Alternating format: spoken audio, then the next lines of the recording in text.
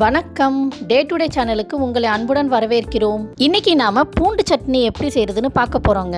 பூண்டு சட்னி செய்ய தேவையான பொருட்கள்: பூண்டு 11 பற்கள், தக்காளி 1, காய்ந்த மிளகாய் 2, ஒரு தவாவை நல்லா சூடு பண்ணிக்கோங்க. அதுல 3 டேபிள் ஸ்பூன் நல்லெண்ணெய்,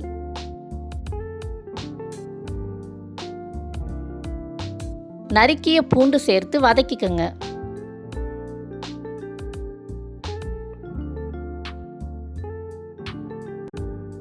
இப்போ காய்ந்த மிளகாய்,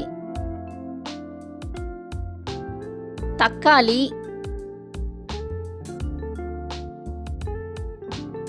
உப்பு சேர்த்து நல்லா வதக்கிக்கோங்க.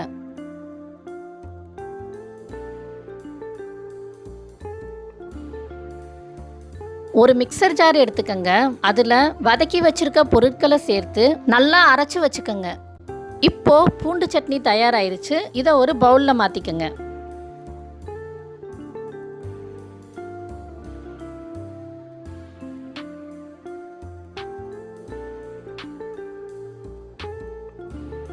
இன்னைக்கு நாம பூண்டு சட்னி எப்படி செய்யறதுன்னு பார்த்தோங்க. இதே மாதிரி வேறு ஒரு நல்ல ரெசிபியோட அடுத்த வீடியோல உங்களை சந்திக்கிறேன். இந்த ரெசிபியும் உங்களுக்கு பிடிச்சிருந்துச்சுன்னா இந்த வீடியோவை உங்க ஃப்ரெண்ட்ஸுக்கு ஷேர் பண்ணுங்க. டே டு டே சேனலை சப்ஸ்கிரைப் பண்ணுங்க. நன்றி, வணக்கம்.